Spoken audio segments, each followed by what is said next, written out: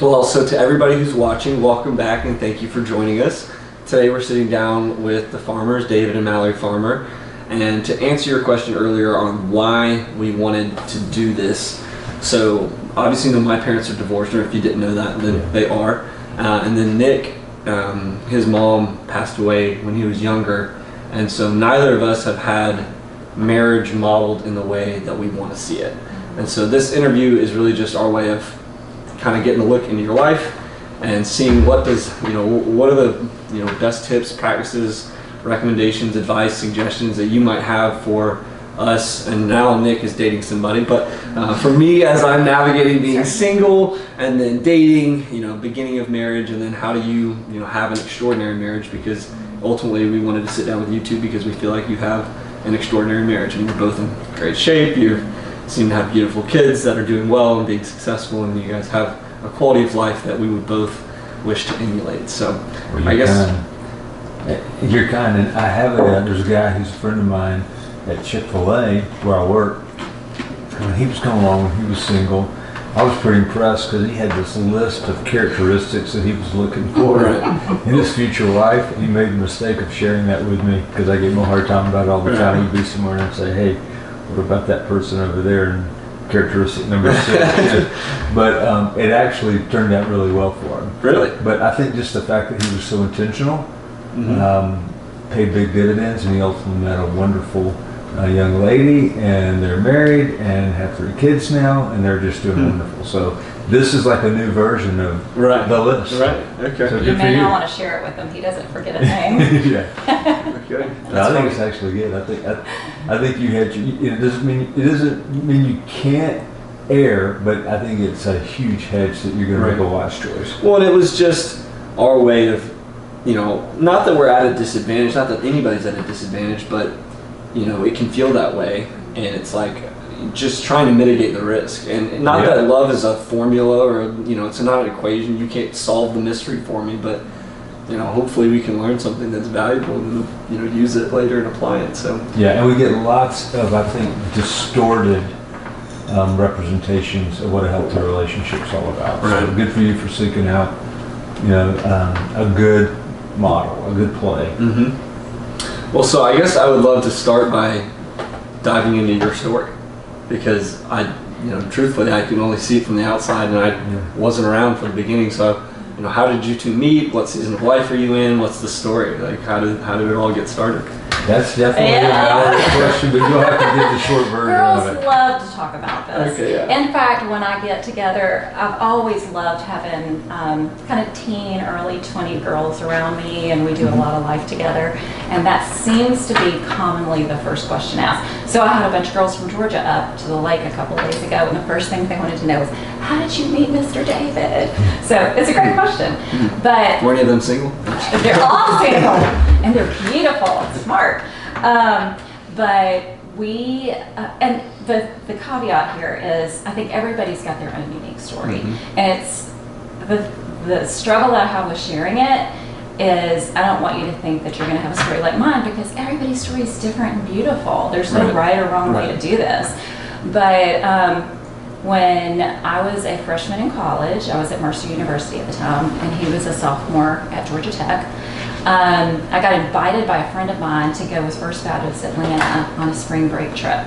And back then, First Baptist Atlanta was in downtown Atlanta, and it was Charles Stanley's church. And he would take a group of about 300 college students down to Vero Beach for spring break. And I think Andy was part of the college group at that time.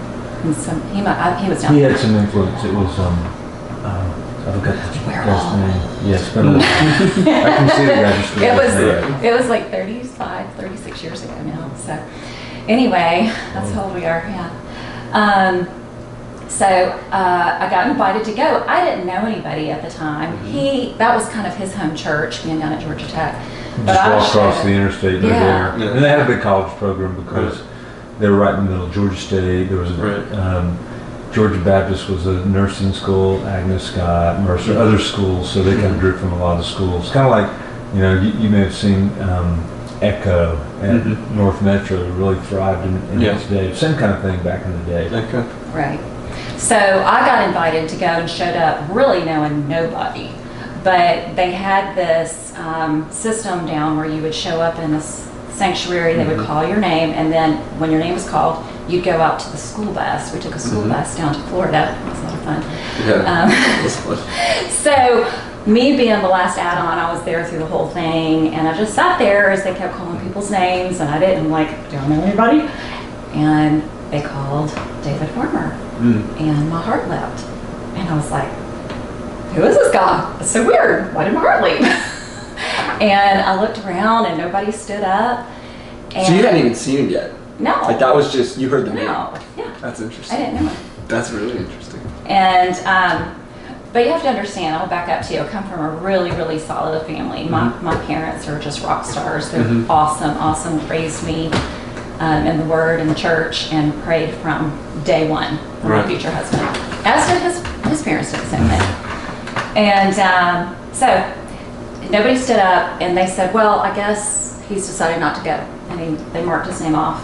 And I thought to myself, I'm never going to meet the man I was supposed to marry. That was your thought? That was my thought. That is amazing. It's kind of a typical female overreaction. He just doesn't want to admit that I had a more direct line to the Holy Spirit than he did. But, okay. So we went all the way, I went down to Florida really knowing nobody, but I met a bunch of girls on the bus on the way down there. And then when we got there, we stood up, get off, and all the girls went, oh, he's here. And I went, who? And they said, David Farmer. And I'm like, oh, okay, well, where is he? And they pointed out the window, and I looked down, and I was like, that's him. So I thought it was that's about as romantic as it gets at this point, because I thought, oh, this is going to be this great weekend. We're just going to have love at first sight. And really, we went almost the whole week without seeing each other. Yeah, I can't validate any of that. This is all free you knowing. Yeah, and This was usually you the were part of this. female is more in tune and kind of understands this thing a little better, and the guys are usually a little clueless. But so long story short, by the end of the week we had met, but really nothing else had happened. We had just kind of learned each other's names. But I went home, and my mom asked me at the end of the week, because I was only 17 at the time. Okay. So And yeah, I was a baby. And she said, how did the week go? And I said, it was awesome. I met the man I'm going to marry. And she said, really? What happened? I said, nothing, but I just know it.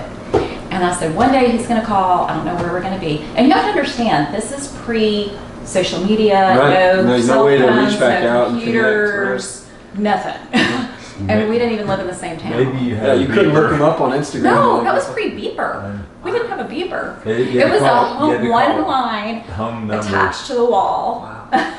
And there was no call ID, so you just kind of had to pick up the phone and hope somebody was there. People were coming around with answering machines. So My mom was telling me a story from college the other day about the, collect call and calling the operator, and I was so clueless as what she was talking about. She was explaining the whole thing, so that's funny. Oh, it's a lifetime ago. But about, let's see, that was March was spring break. And then around June or July, my mom calls me. I'm actually with another guy out somewhere, and she calls at his house. He was at band practice, and she said, well, somebody just called. And I just hung up the phone, and I went home. I just left it went home. So you had called? I did, yeah, because I'll say what sparked that. I think that's the real trick here. That's the real turning point. yeah, He finally got via his heart right with the Lord. we fell into some tickets to a concert at Chastain at the Chastain Amphitheater. Okay. And so 4 tickets, 2 guys, and needed dates, and so I wasn't really dating anybody, so I thought of Mallory, and I'm not sure that I was, I don't know, I probably just wasn't as mature, I'll use her word, wasn't as focused on it. It was probably more focused on school and friends and just Because you were just 19 or 20 at that point. Yeah. Okay. Yeah. So, but I needed a date, and so remembered Mallory, and I don't even know how I would have I know had your phone exactly number. how, because She knows. we didn't have the same kind of ways to contact each other. So way back then, they used to photocopy the sheet. Like they would type up the name and the phone number, so you would be able to contact the new friends that you made. So there were photocopied sheets that they handed us when we got off the boat, off the bus, for us to be able to contact each other. So somehow he had kept it. Yep. And he said he That's just kind of flipped amazing. through and was like, oh yeah, remember. So there you go. I think that's probably my favorite part, both with you guys and then the filers. The story of you guys meeting, it's always just this like happenstance and just kind of crazy experience. That's really cool. But I did think you do prep work. Right. Yeah, for sure. Your personal prep work, Right. and you just have no idea when or where Yeah, something's going to break. When a prepared man meets opportunity, right? Others call it success or luck. right. That's Right. it. I do love that. So you do have to prepare your heart and your mind and Yeah. just be ready to receive, Yeah. but not anxious. Well, so that's perfect segue into what would you guys suggest doing to prepare? I mean, I'm sure that you've talked to your kids about the dating and being single and like that whole process. So was there advice or ideas that you gave them about preparing and, for who they were going to be? Well, I made fun of my friend earlier. He had a list, Yeah. but I actually think that concept is really sound. Okay. Specifically, knowing what are the characteristics that you really want to have in a spouse, and there may be some that need to be categorized as non-negotiable, and you don't want to hedge on those. Others are on your dream list, your wish list. And those you may be able, it may not play out exactly like you hope. You may get something else instead, maybe even better. And that may change too as you mature. Yeah. The non-negotiable probably won't. Right. Yeah, but you need to get clear on that. I think knowing that helps you kind of create a little bit of a screen or a filter. Right. Makes sense. Yeah, it's sort of that law of attraction. I think it'll influence where you might go, what situations you might put yourself in where you can meet someone that would have those characteristics. That's a good point. It's a huge hedge, though, that ultimately a relationship will be a successful relationship. Well, and, to Andy Stanley's point in the New Rules of Love, Sex, and Dating is be the person you're looking for is looking for. Yeah, You gotta know who you're looking I've for. said that many times to You my gotta know who kids. you're looking for, those qualities, and then figure out how you're going to be those qualities so that you can. Well, that's a great point, too. Beyond what are you looking for, who is it you want to be?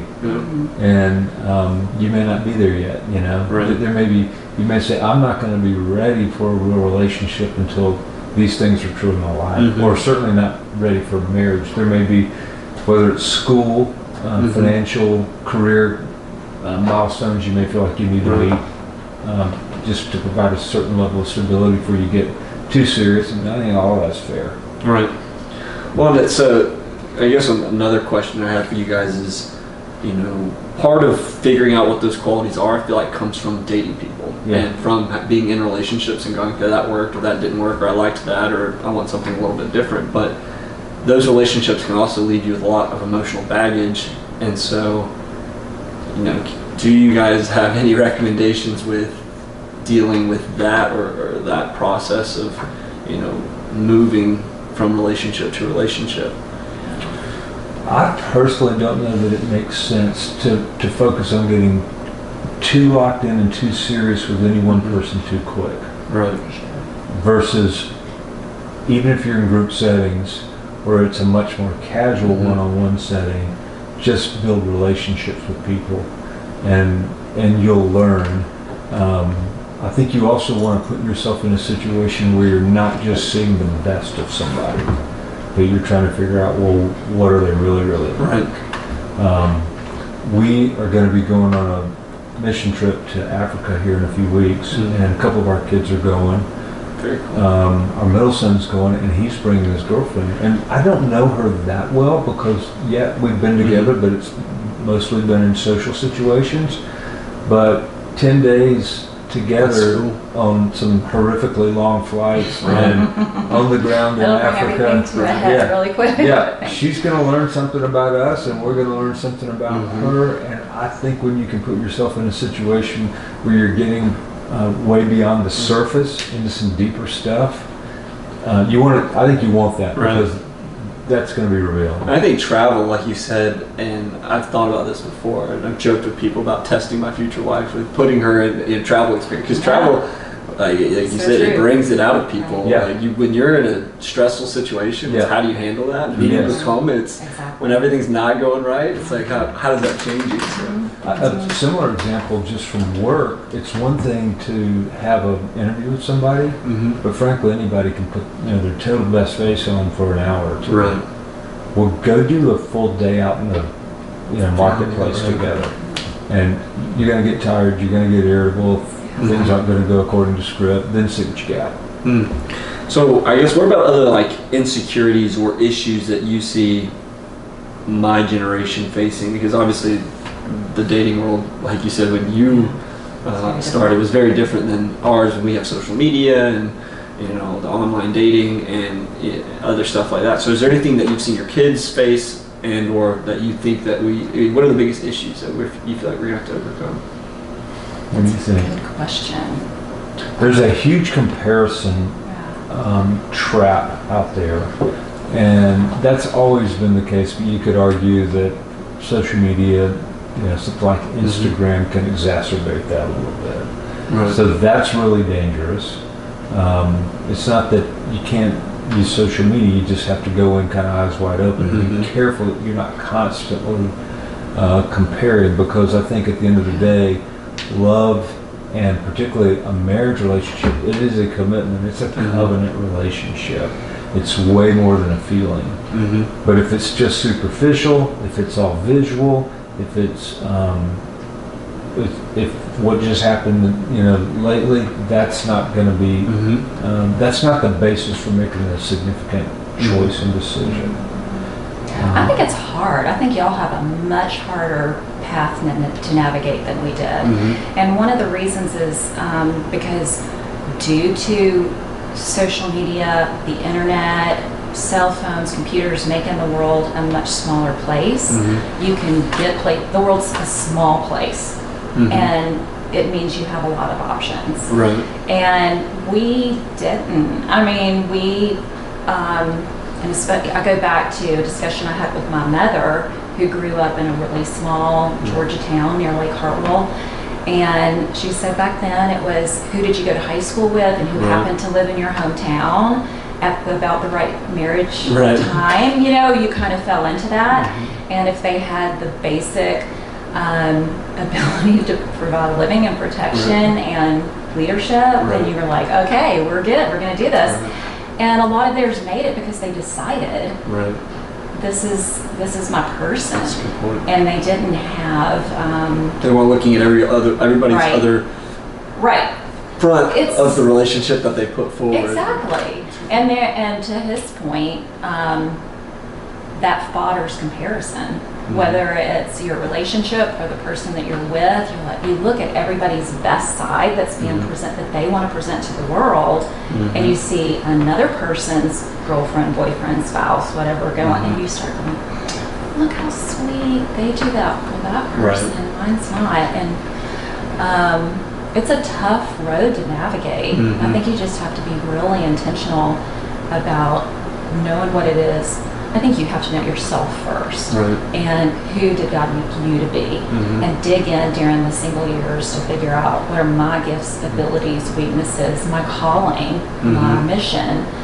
And when you're ready, you can start looking at what's the balance to that. Who's going to help me raise the bar and be able to accomplish getting there? Not be a distraction or a deterrent, but somebody who encourages me in my mission. Helps me complete that. I was going to say, if you choose the environments in which you engage with other people that's one way to sort a little bit the world into some places where you're not necessarily going to find the person you want to date and ultimately marry, but it does again increase the probability. If you makes sense. Whether it's driven by faith and so it's in some sort of spiritual setting, or it's health, or it's somebody that you share a service passion with, somebody that's just looking to grow, and you're on some type of experience that is resulting in personal growth. Just put yourself in those places. Yeah, I talked to a guy in Africa when I went on a mission trip about 2 years ago. He was the pastor of a local church there. And I was like, give me your story. How did you meet your wife? You know, I love him. And it's really interesting there because they don't have the resources we do here. They don't have the transportation, the technology to go beyond, you know, their little worlds. And so they don't do a lot of courting and looking. He said his process was he prayed that the Lord would reveal to him, kind of give him special eyes to see who might come across his path. And when we're gonna get some of those. And when this gal, he started looking around and noticed this gal in his church who was really serving out of her heart. She had a heart for children. She served people in the community, and she was doing all of this without having interaction with him. He was observing from a distance who she really was. And when he realized her heart, who her heart was, he said he started falling deeply in love with her without her even knowing it. And then at some point, you know, approached her to begin courting her. But it was a really quick process at that point because he had already kind of done the work and observed who she was without her being able to put on a show. And there's really three things I kind of took from that. One, paradox of choice. We have so many choices just with people, but also we have choices with dating apps. Like there's not only like on each dating app you have a lot of choices, but you have a choice of how many dating apps you want to have. You know? And then talked about social media. I think, you know, when you look at like the news, it's like predominantly bad news, and because that's what, you know, people are going to watch. But with social media, it's kind of like the opposite. It's just constantly being bombarded with this you know, idealistic world. And neither of them are authentic. Right. Yeah. A lot of posing going on. Right. Yeah, it's amazing. You see people. I saw somebody yesterday just standing, you know, looking around at these rocks, and it's like, you know, his girlfriend was taking pictures of it. It's just like, I'm not hating on it, but it's just funny that that's the world we live in, where that's like, you know, what people are doing to try to gain notoriety and support and followers. But and the last thing you said, and I really love it, you talked about being certain of your calling and your mission. And, you know, we did a like a small group when I was in like 7th or 8th grade, and they talked about, you know, when you're running full speed towards God and you look over and somebody's running right next to you, that's how you know it's personal. Or it's like a triangle and you're both running. So I just think I love that. I think that that's kind of overlooked. And you talked about it with the guy, the pastor, he was observing from a distance, but she was pursuing, you know, and their paths lined up. So I just love that idea. Can I share a concept that I actually learned from Truett Cathy, the founder of Chick-fil-A? He had all these life sayings and a lot of just practical wisdom that he would share with us. And one of the things he used to always talk about are the 3 M's. Yeah, I know. You've heard this one, right? So, master, mate, and mission. And he would say those are the 3 most important decisions you're going to make in life. And if you get those 3 decisions right, things are generally going to go pretty well. Right. Because there's just critical. They set so much of the trajectory of your path going forward. So to that end, it's probably what I pray for and Mallory prays for relative to our kids the most. The master part, that they're in a relationship with God, that it's healthy, they're growing, clearly their mission and their work. But that mate issue, you know, you talked about it. We pray on their behalf that they'll find the right person. But I think even if you're single and you're out there, that's something you want to be praying about all the time. You know, Lord, order my steps. Help me to see that. Put me in a place where I'm going to run into the right person at the right time. Tomorrow. Pray that. On my timeline. You can pray tomorrow if you want to. You may or may not get it, but go for it.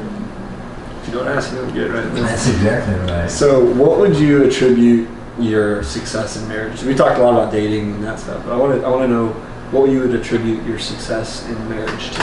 Well, let me first of all say it's not like it's all been perfect. And, you know, Mallory made reference to my lack of maturity earlier, which I think is fair.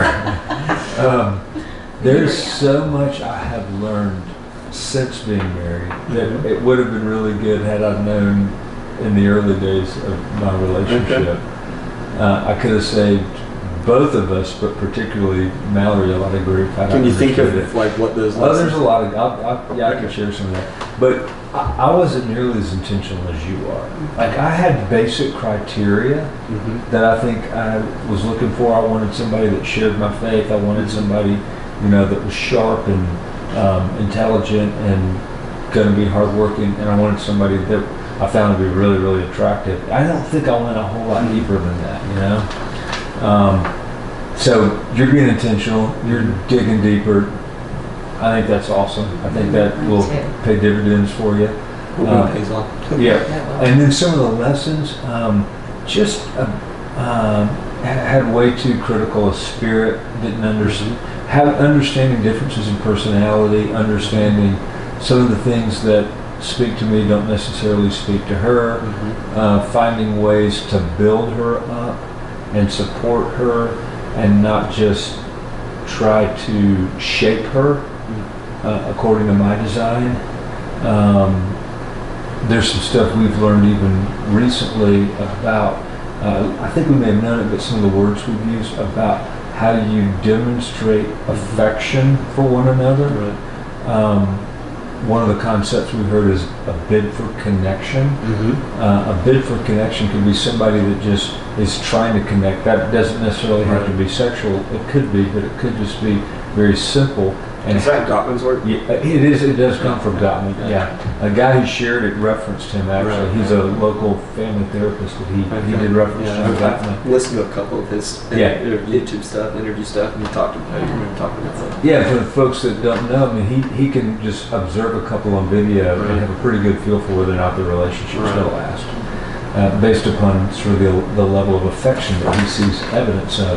But a simple example would be if Mallory says, "Hey, let's go for a walk," and I just shut her down and act like I have any interest in that. That actually renders a little bit of damage to the relationship. If I say, I would love to do that, I can't right now, but maybe we can do something later. That's sort of neutral. I didn't accept her bid, but she knows she didn't take it personally because I might have had what sounds like a legit excuse. But more often than not, I need to try to say, yes, let's do that, and respond to the bid for connection. I liken it a little bit to improv comedy. Improv comedy works if you start down a line, I need to kind of go with you. So it's for that reason that even, again, last night, I've been to more art walks. I'd love to know what, if there's rituals or practices or traditions or things that you guys do as a couple to keep your relationship on the right track. Because I think a lot of people, moving into your 50s and later 50s, that's when you see a lot of divorces happen because kids go to college and then now you're looking at each other again and you grew apart. So is there something that y'all have done or special practices that you would attribute having a good relationship to? That's a good question. Well, I think it changes with the different chapters of life that you're in. For sure.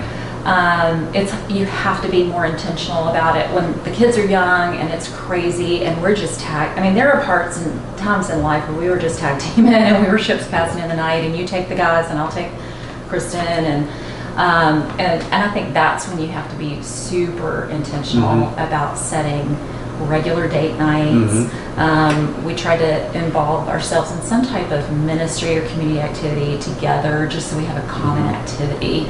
But we, when the boys were involved in sports, he would often coach them and I would often be like team mom or, we would try to do things as families. Rather than just shipping the kids off, we would be involved as a family in whatever activity was going on. And then, you're right, when empty nest hit, a lot of our friends looked at each other and were like, who are you? And I'm not happy. And for others, it was like, we're in a honeymoon, a second honeymoon, because this is awesome. We've got all this time together. I think regardless, it's really important that y'all are running toward the same goal. Just like you were talking about the triangle, if you're both running toward Jesus, then you're running toward each other. And we just made it, a practice. It was important for us as a family to be involved at church, to be involved in the same sports and civic activities and Right. things like that. And then to be committed to each other through thick and thin. It's going to be hard some days. It's going to be easy other days. And then it's a major transition when the kids start leaving. You have choices to make. You know, Right. you have to decide, how are we going to do life together? And sometimes you have to go outside of your comfort zone and decide, we're going to try some more things together. Figure out how we do this thing, learning a different dance. But I think once you find, I think that it can be a really, really rich time of life too.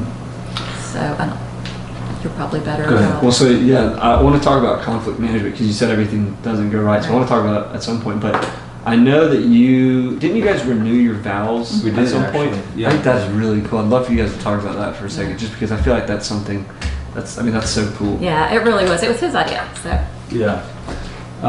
We've been married almost 32 years in a couple of months. And so when we had our 30th wedding anniversary, July of 17, decided to put a trip together, took the kids, including a young lady who is now my daughter-in-law, but Very cool.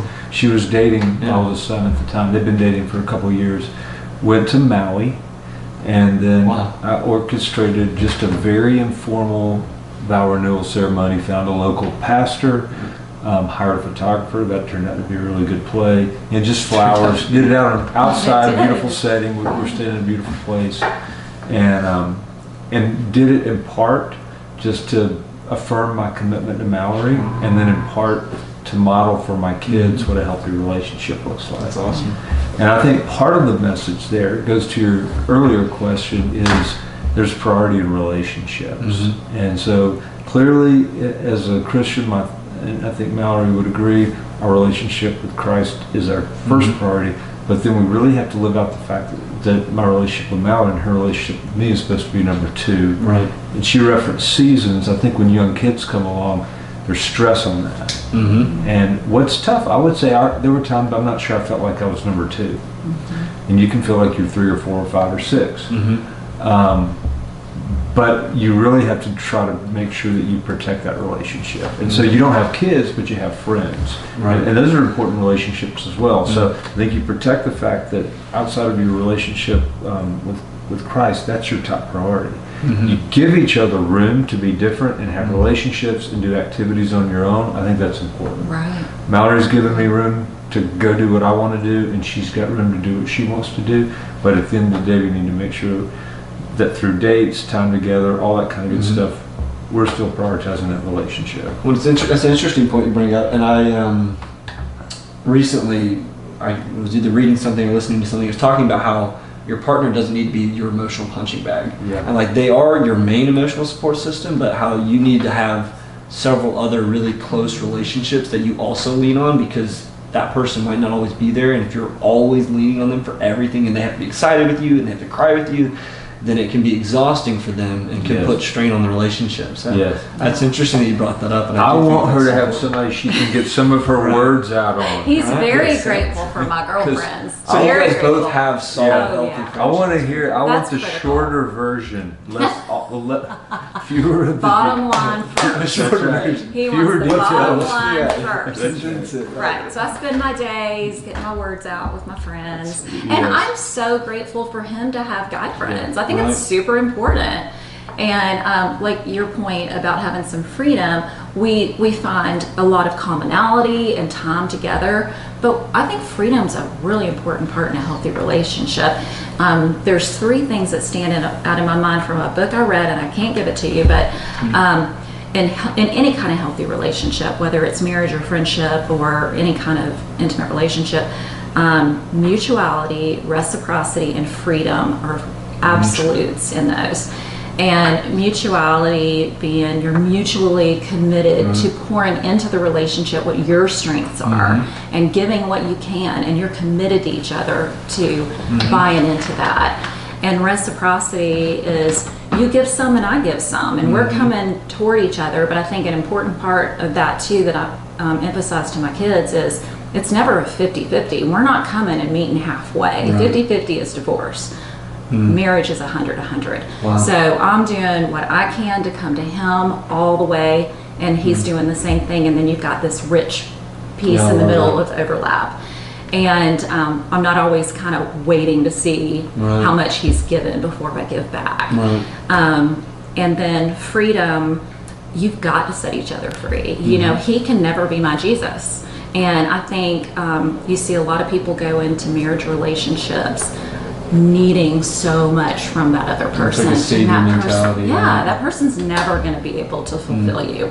So that's why it's so important to have this fulfillment within yourself Right. of knowing who you are just by yourself and with the Lord, who has He made you to be, and be okay with yourself and lean into Him, because He can't fulfill me. Right. He's the cherry on top. He's awesome. He's great. We have this wonderful relationship walking through life together. But when life gets hard, ultimately, I can't look to Him to make me whole. Right. We both have to have our own independent relationships with the Lord, and then it's just a sweetness when we can kind of be that. Come together. Yeah. Yeah.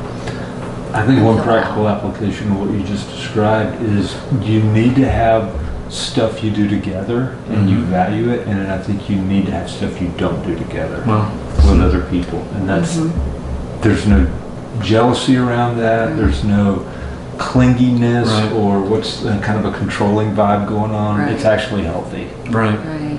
So Well, and I think doing stuff together, and something that I want to do with a future girlfriend or spouse is ballroom dancing or dancing of Yeah. some sort. Because I feel like, Yeah. just having cheered in college, the connection you develop with your partner, even if it's not romantic, you have a great relationship because you're working on something together. And I think that something like dancing like that would be a really fun Yeah. thing to do. I tried, man. Is that you actually try? We did. That's so cool. I We love took that. dancing lessons probably 2 years ago. It was I one love of the that. I things, love like when the that. kids left, we were like, okay, let's try some new Right. things. Well, she said, well, I do it, and I didn't know it meant every Sunday night forever. Right But you had fun. late at night, I felt like You had I am fun. running out of gas, and it would be like 9 o'clock, and I'm like, stop. Just But you know stop. what? It was really a great activity, you have to admit. And one of the things is you learn in a new way how to give and take. Right, I mean, you absolutely. I have to think learn. it's a great- There were a lot of times that I was trying to lead, and I'm not supposed to in the dance, and he was like, Absolutely. "You're leading," and I'm like, "Oh yeah, I gotta let go, okay." And there were all these metaphors, Dancing is a great metaphor for It life. really is. It really is. Yeah. I took it in Love college and I experiments. thought it was great. I love it. It's really fun to do. I so love it. it's That's cool. great. Are there other things, activities like that you guys have tried or would recommend people try? Well, we Gliding. did paragliding last week. Yeah, we did. That Oh, was that's fun. fun. Yeah. That's really fun. Yeah. And there's a lot of science behind that of adding in this super adventurous and like adrenaline, Yeah. Yeah. creating experience to your We relationship. do a lot of travel together, and that's been fun. And I think one of the keys is we're just blessed to have some other friends that he loves the guys and I love the girls, and they happen to be married. And I mean, not everybody has that, Huge, you know. solid community. But Solid even in community. that, there'll be times when the guys go do Right, their they'll go play thing, golf, and the we go to ladies go spa. to their thing, and then we'll come together. So it's kind of a good picture of what I think life's probably Well, like. Dawn and Cindy Filer said it, and she said, or Cindy said, there's who you marry, but almost just as important is the community surrounding Yeah. you when you get married. It really seems, that's been a theme now, which is these two, is that the community that surrounds you does a lot to determine how successful you will be. So you take that idea and you think not only who might I date, Right. but then let's assume you've got someone you're dating. Who do you guys hang out with? Right. Even in the midst of your dating relationship, and then once you're married, who are the other couples that you connect with? I think that's a big deal. Right. I think picking your friends Couples, yeah. will have a lot of influence on Right. who you become and how healthy your relationship is. I was actually in a situation last week where I had my annual physical, and part of that was you had to fill out these forms that was kind of just a self-assessment of anxiety, depression, overeating, exercise, all this stuff. And one of the sheets had you list your 5 best friends, and then you had to rate them on how happy are they, Ooh, I how like anxious that. are they, do they drink a lot, that kind of thing. And at the end, they explained the reason we do this is for you to reflect who do you surround yourself with, because who you hang around really impacts who you become. That's interesting. So that's so true with couples as well. Right, and I mean, I've seen people do that exercise of writing down their top 5 friends, writing on the qualities they have, but ranking them and evaluating them almost, that takes it to another level. I think that's interesting. I'd like to do that myself. Yeah, Just that's good. There are times when somebody's going to stay a friend, but it's almost like a frequent flyer program where you've got different status levels. You may have to find they may not make it to the top status level at this point because they're not going to, you don't want to write them off, but they're going to be a little bit, they're going to hold you back if you don't find some other folks that can grow with you. Well, so you mentioned this a second ago, and then I'll go back to the conflict management we were going to talk about a few minutes ago, but health. There's always that, are we going to let ourselves go idea when we get married, but you two have it. And I love that. That's the kind of relationship I want to have. So has that been important inside of your relationship, and how have you prioritized that? Like, has it been important? Has it contributed to your success? Yeah. Well, I mean, obviously, even when we first started dating, he was like, well, I noticed you because you look like you're a dancer or something. Well, I did gymnastics growing up, but I wasn't like a team sports player. That was more him. But yeah, from the get-go, we always have made physical activity and physical health a priority. I would say he is more disciplined by nature in every aspect of his life than I am. I call myself the creative. Well, I know you and did that he's challenge. very disciplined. You worked out so many days out of so many, So. Like I've tried, 360 days out of 360. I've tried to invite her into that. Well, you know what? There were stages in life where we were kind of doing some of it together. We don't do much of it together anymore. And some of that's because he's working and I'm not, and he's getting up really early and going to the gym. And I have my yoga classes that start at 10. I just have I do it with my girlfriends. Right. So it's still a priority to me, but it looks different at this age. I mean, yeah, he likes CrossFit and things like that I'm like, maybe I'll go do my own thing.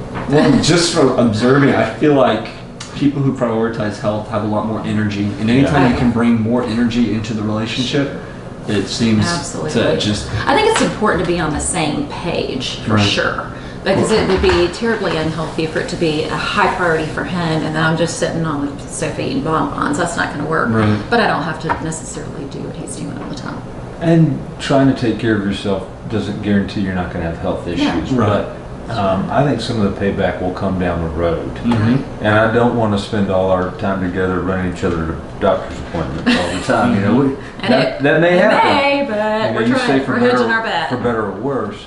I don't have total control over that, but the things I do have control over, let's do what we can. Yeah. So I always say, I do what I do today, some for today, but some of it's for 20 years down the road. You're being nice to your future self. That's a good way to put it. Right. I like that. And we do it for each other too. Yeah. It's for me. I feel better when I'm working out. He feels better. But I'm also honoring him. I'm going to remember that line, do it for your future self. Yeah, there's a book on willpower, the willpower instinct, and they talk about how a lot of times we overload our future self with, we think they're going to have more time, and we overwhelm that person with so much more, but we're never nice to them. So I like that. That's good. That's true. And so conflict management, obviously relationships are never perfect, and there are issues that come up. I guess, are there specific issues that you think can be avoided, and like what would those be, and how, and then how do you deal with conflict? Like how do you? Can I share a story? Yeah, because right here last night in this kitchen, my son and his new wife, my daughter-in-law, were here. First time we've seen them since their wedding, which was about 6 weeks. Yeah, a month and a half ago. Okay. And it was so funny. They're telling stories about the stuff. They live in a very small apartment in the city of Chicago. And so they were talking about he has piles and she probably puts everything in its place.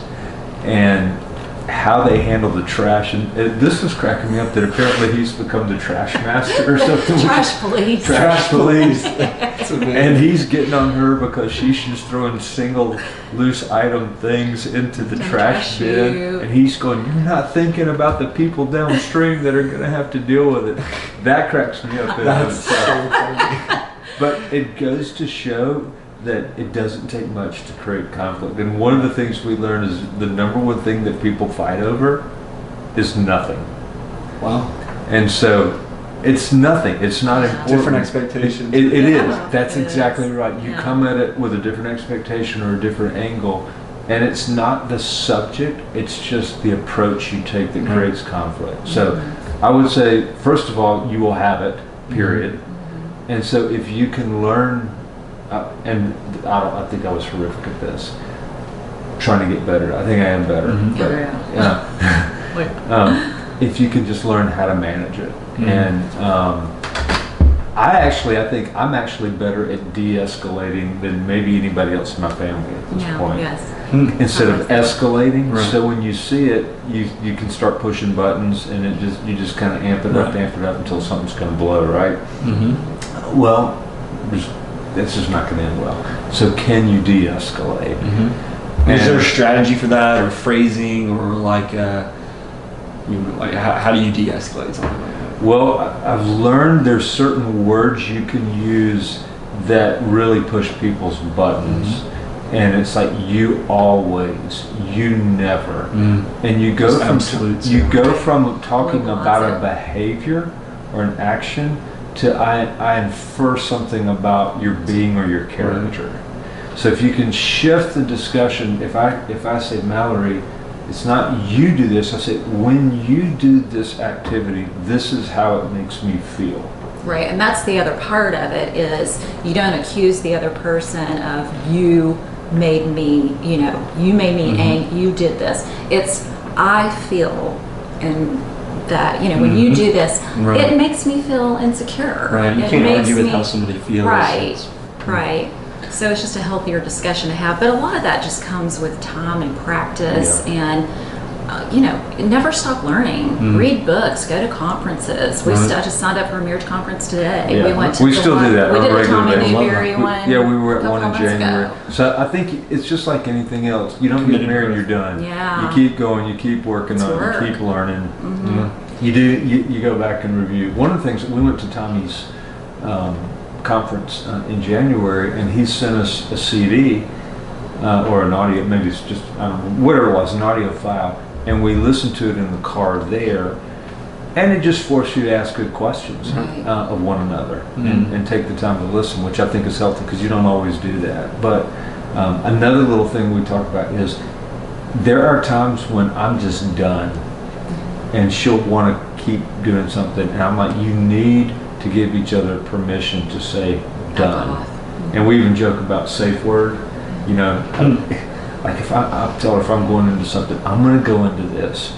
But if I say this word, we're out. So what he's talking about is like because I like to go to functions and parties and events, and I'll stay all night and talk. So we can have and 100 superficial conversations. Yeah, he'd much rather have one. So and he's gracious about starting it, but he's like, when it's time, it's time. So I have to watch for the sign to go home. And but that's part of how you come to, you meet each other halfway. Yeah. That's cool. We were joking with a couple, and it was on a trip we took about a week and a half ago, that their safe word was muskrat. So anytime we saw conflict, we're all going, muskrat. And you kind of have to laugh at life. You really do. It's really important to have a sense of humor. So that's this is not the end of, kind of like when they were seriously talking about the trash, and we're dying laughing because we've been there. I said that was our first fight when we got married 32 years ago was the trash.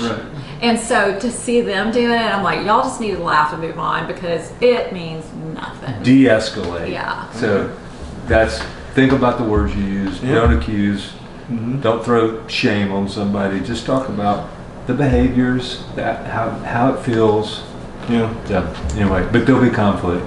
And one of the things that we chose to do when the kids left was we started mentoring premarital couples who were, engaged, going to be married. And we had a pretty good curriculum that we would take them through. But the process of asking them the questions and forcing them to ask each other the questions also made us do the same thing. So here we are 30 years into our marriage relationship. I'm like, wow, I wish we had had this when we were about to get married, because we were so young and they just didn't have the preparation available to us that we do now. But I think always ask questions, and maybe, have a date night that you bring along a list of questions and say, hey, this is what I've been wondering. What can we, just have a table topic. Well, I imagine that teaching somebody else, teach what you intend to master, Right. teaching them has made you guys have to live out what you're teaching better. So that's a really good, a cool thing to think about, is that being a way for you guys to stay closer, is mentoring other young couples. So is there anything else that you guys want to touch on? I have one more question, but is there anything else that you think I've missed or you guys would want to touch on or talk about? I think the one thing I would say is what's a real important part of just a healthy marriage is learning not only who you are, but being invested in learning who your partner is and who did God make them to be and what are their strengths and weaknesses, and learning how to speak their language and learning how to not just tolerate, because I think when you first get married, you're like, oh, I'm going to have to learn how to live with this, or they'll eventually come over to my side because I do it right.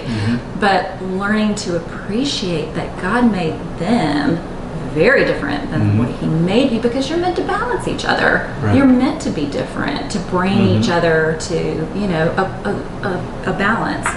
And so I had to come to the point where, early in my marriage, I had to come a long way too, because I would look at him critically going, oh, you don't do things the way my daddy did it. You don't do things the way I do it. But the years of experience and failures and So learning it. It was a lot of learning, and I had to recognize my own weaknesses and how He complements that. And I got to the point where I was not just tolerating, but I was so grateful that He's so different than I am, because I need Him and He needs me, and I would be a mess without Him. So I think it's really important to know Him well, to know yourself well, and to see your partner through the eyes of the way that God sees them, and He's made them in a perfect way for that reason, to balance, to appreciate each other's differences.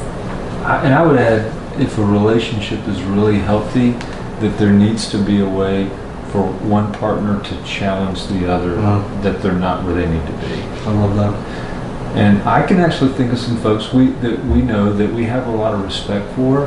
In this case, it's the wife who, it's almost like she treats the husband like he walks on water and can do no wrong. And I don't know that it's as healthy as if there were a little more challenge. It's got to be done the right way, from really pure intent, in a loving way. But I actually need Mallory to ask me hard questions and to challenge me and to point out things that aren't what they ought to be. I need to respond well when she does that.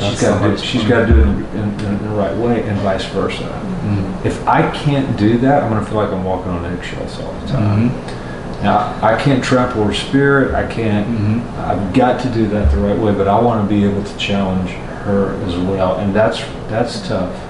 Elsa, is there a right? Can you speak into that? And is there a right way to do that? Because I think there's a right time to do that. That's part of the way. Is the you time. can't do it in the heat of the moment. When there's emotion involved, it's the wrong time to try to tackle character. That's why it's important to have regular date nights or set aside time where you're going to be across the dinner table, and you've got to choose a neutral time. And when you can say, okay, can we address something and let's talk about this, and how do we tackle this next time? How can we learn and grow? Because I appreciate you, and I need you to speak into me, and I didn't handle it well or whatever. But to borrow from the military, making an after-action review on important stuff, I think, so just a good practice. Well, I've always been a big believer in that. If the relationship's healthy, it's got to be growing. Yeah. And you've got to be challenging each other. And if you're not challenging each other, then it's not healthy. And the last girl that I dated, we had a practice in place, and it was our way of trying to do what you guys were talking about. And something that we did was ask, like, it was so simple. It was, can I give, or do you want some criticism on this? And it was just that question I felt like did a good job of. If they said no, then it was like, okay, it's not time to, we don't need to talk about it. But if they said yes, then it was like it put her or me in a place where it was like I could listen and respond better to it because I just said, yeah, give me some constructive feedback, and then I would get it and I could respond appropriately. So I don't know if I am learning about that. Just heard on a podcast, Dr. Tim Irwin, who's he's kind of an industrial psychologist. He doesn't really like the term constructive feedback. There's even right now, Harvard Business Review got a cover article out on feedback. Yeah. And they talk about our brain just starts to shut down when we feel like we're under attack a little bit. Yeah. So you really have to make sure that you're coming at it from a positive slant. And they say we respond best when we affirm the good stuff.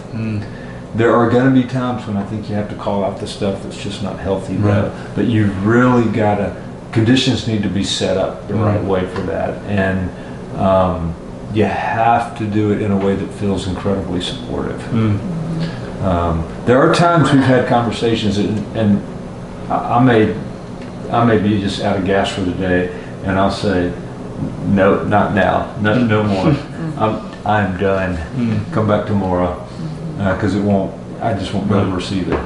Well, so my last question is kind of taken from Lewis Howes' School of Greatness. He always asks people the 3 truths at the end of the podcast, and so I would love to know, what 3 things do you know to be true, or what 3 lessons, if you could only pass on 3 things to your kids, and obviously, their mate being something that you want them to have a lifelong, loving, and extraordinary relationship with their spouse. What are the 3 lessons or truths that you would pass on to them if you could only have 3?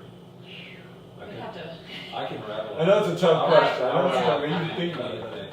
I think one is you have to come into a marriage relationship with a commitment that there's no other option. There's no out. Right. So you have to be 100%. Burn your boats. Yep, you have to be 100% committed. This is not a trial.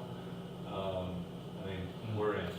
So there's going to be rough stuff, and we've just got to figure out a way to be there for each other. So the vows stay. Yeah. You actually are pulling to the vows. Yeah. So I think that's fundamental.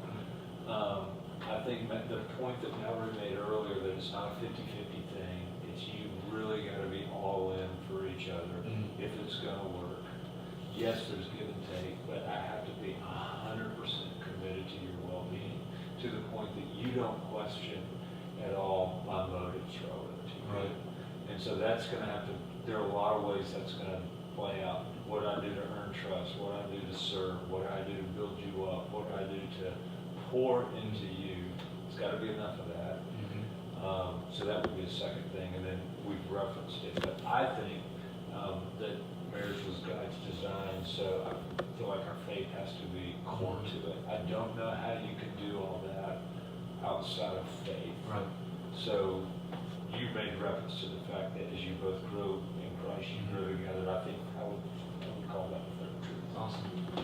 And I don't know that I can rattle off 3 that are different than that, because I agree with all of those, but another really important one is to forgive quickly.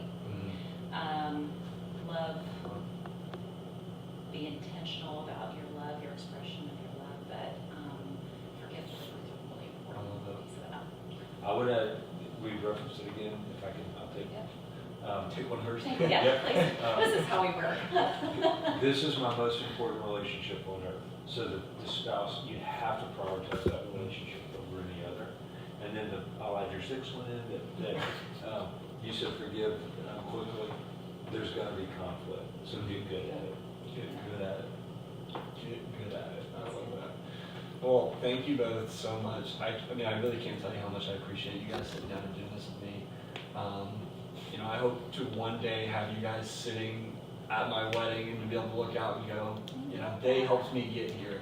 I hope to be sitting across from the same table with my future spouse talking to you guys about marriage and know what that's gonna look like. But again, I just can't tell you how much I appreciate you guys sitting down, and the wisdom and what you guys have shared has been phenomenal. So, Well, thank you. We're honored that you have us, and I gotta believe there's a girl out there that one day is gonna go, oh my gosh, this guy did that much, he cared that much, he was willing to stick his neck out and not just, I mean, hear a lot of people that say, I think you can do, but for you to literally take action, right.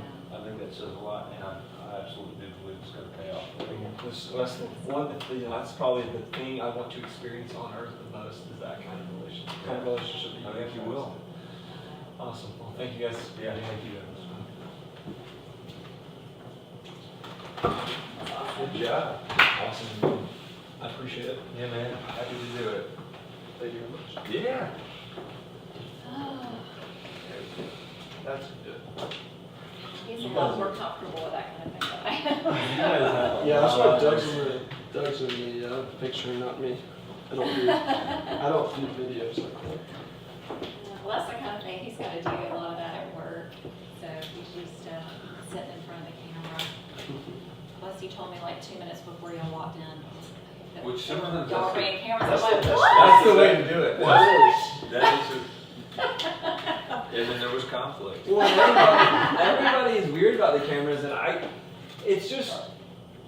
it's an opportunity to get